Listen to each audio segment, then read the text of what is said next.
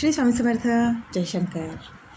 आपण कधीकधी आपल्या आजारपणाने त्रस्त झालेलो असतो, किंवा आपलं स्वतःचं आजारपण असेल किंवा घरातलं असेल, मुलांचं, नवऱ्याचं, कुणाचंही असेल, तरी आपण त्याच्याने त्रस्त झालेलो असतो. घरातील एखादी व्यक्ती जरी आजारी असेल ना, तर त्यामुळे संपूर्ण घर हे अस्वस्थ असतं. आपण औषधोपचार करतच असतो, पण कधीकधी आजार बरा व्हायला वेळ लागतो किंवा त्या व्याधीतनं बाहेर पडायला वेळ लागतो. अशासाठीच आपल्याला एक सेवा करायची आहे. सेवा करायची आहे म्हणजेच फक्त सेवा करायची नाही, तर आपल्याला जे आपले औषधोपचार चालू आहेत त्यासोबत आपल्याला ही सेवा करायची आहे.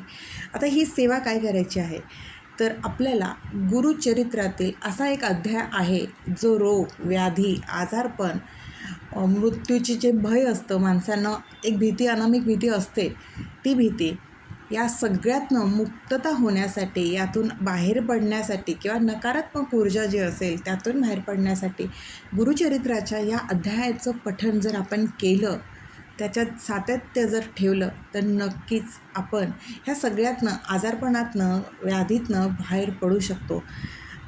गुरुचरित्र हा इतका पवित्र आणि प्रभावी ग्रंथ आहे की त्या ग्रंथाच्या पठणाने खरं आपल्या आयुष्यात आमूलाग्र बदल होतात.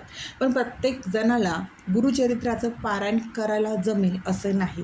त्यामुळे गुरुचरित्रातील प्रत्येक अध्यायाला काही ना काही महत्त्व आहे आणि आपल्या अडीअडचणीनुसार आपण गुरुचरित्रातील ते प्रत्येक अध्याय वाचन करू शकतो. त्याच गुरुचरित्रातील प्रत्येक अध्यायाची पोथी आपल्याला पूजा सामग्रीच्या दुकानात मिळत असते.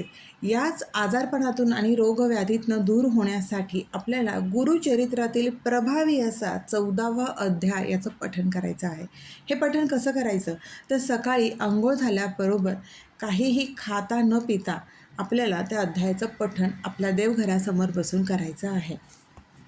जितके दिवस तुम्ही हे पठण करणार असाल, त्या दिवसाचा संकल्प केला तरीही चालेल, किंवा न संकल्प करताही तुम्ही ही सेवा करू शकता.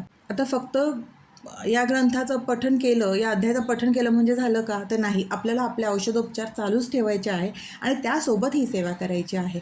प्रत्येक सेवा आपल्याला नकारात्मक ऊर्जेतनं बाहेर काढतं, आपलं मन प्रसन्न करण्यास मदत करत असतं, आपल्यातील सकारात्मक ऊर्जा जागवण्याचा प्रयत्न करत असतं आणि सकारात्मक ऊर्जा जागी होत असते. त्यासाठी आपल्याला आपला विश्वास, कर्म प्रामाणिक ठेवायला हवे. आपल्या प्रत्येक सेवेवरती आपण विश्वास आणि श्रद्धा ठेवली तर नक्कीच आपण या सगळ्यातनं बाहेर पडत असतो.